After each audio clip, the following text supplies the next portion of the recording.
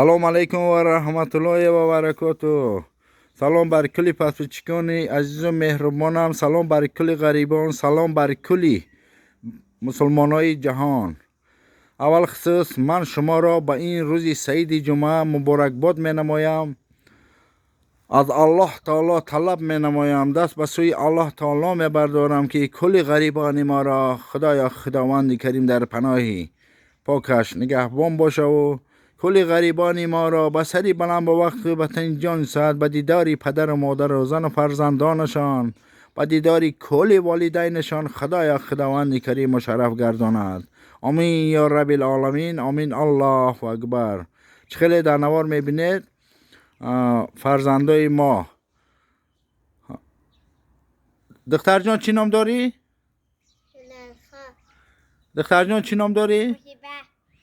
این روز کدام روز ای؟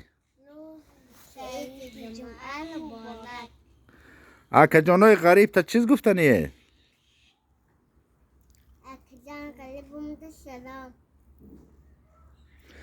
روی سعید جمعه مبارک بگید.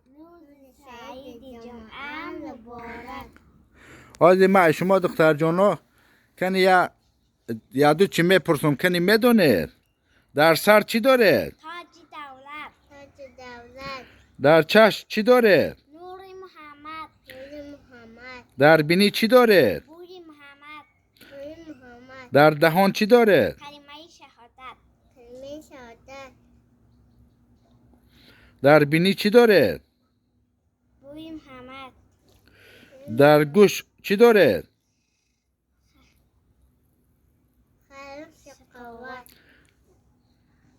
اذان قامت. در دست چی داره؟ خیر و سخاوت. در دل چی داره؟ در پشت چی داره؟ در زانه چی داره؟ در پاچه چی داره؟ بندی کی میشه؟ امتی کی میشه؟ پدرتون مسلمان یا مادرتون؟ الحمدلله. پدرم مسلمان، مادرم مسلمان. دختر جانوی ما کنی یه سوره بگید. یا بسم الله الرحمن الرحیم.